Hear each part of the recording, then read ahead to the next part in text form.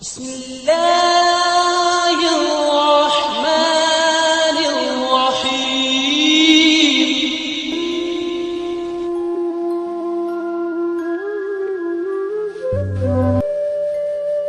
اللہ سے دیکھو میں کتنا ڈر رہا ہوں، تجوری جیب دونوں بھر رہا ہوں۔ پڑوسی بھوکا ہے تیسرے دن سے، میں چوتھی بار عمرہ کر رہا ہوں۔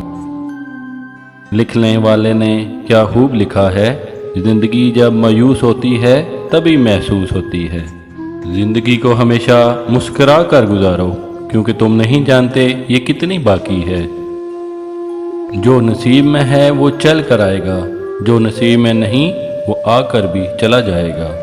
اگر خوش ہو تو آہستہ سے ہنسا کرو تاکہ غم نہ جاگ جائے، اور اگر غمگین ہو تو آہستہ رویا کرو تاکہ آنے والی خوشی نا امیدی میں نہ بدل جائے۔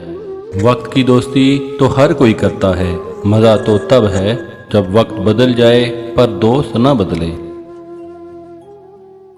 کبھی وقت ملے تو اپنے والدین کے چہروں کی طرف دیکھنا، آپ کو پتہ چلے گا کہ آپ کا مستقبل بناتے بناتے وہ خود کتنا ٹوٹ چکے ہیں۔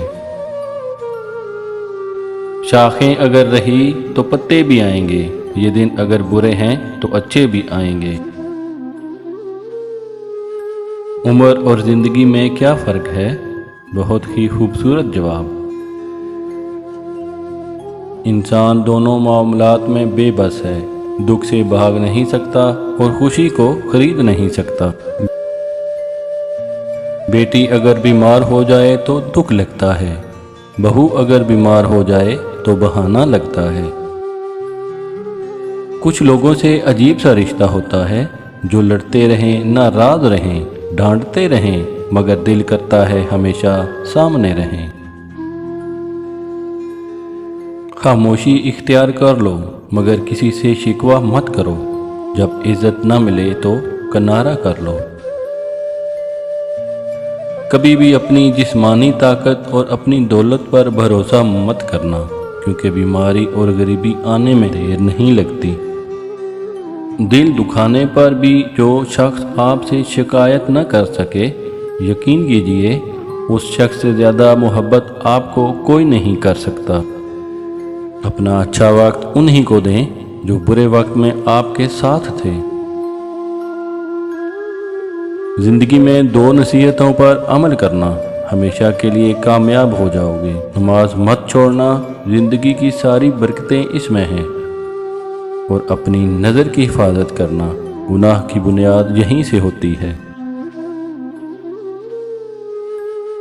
زندگی آزمائشوں کا سمندر ہے، کسی سے لے کر آزمایا جاتا ہے تو کسی کو بے تحاشا دے کر آزمایا جاتا ہے، بس کہیں صبر کی اور کہیں شکر کی آزمائش ہے۔ پتھر سے کسی نے کہا آؤ انسان بن جاؤ، پتھر نے جواب دیا ابھی ہمارے اندر وہ سختی پیدا نہیں ہوئی۔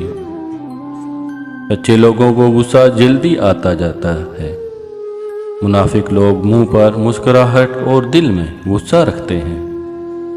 وہ کہتے ہیں پتھر دل رویا نہیں کرتے، انہیں کیا خبر پانی کے چشمے پتھروں سے نکلتے ہیں۔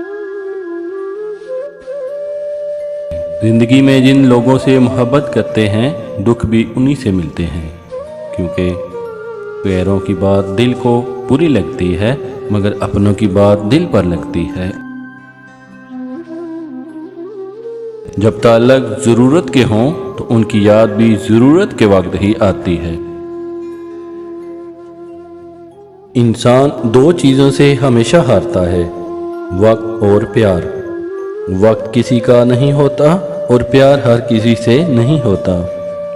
روٹ جانے کے بعد غلطی چاہے جس کی بھی ہو، بات کا آغاز وہی کرتا ہے جس کو بھی بے پناہ محبت ہو۔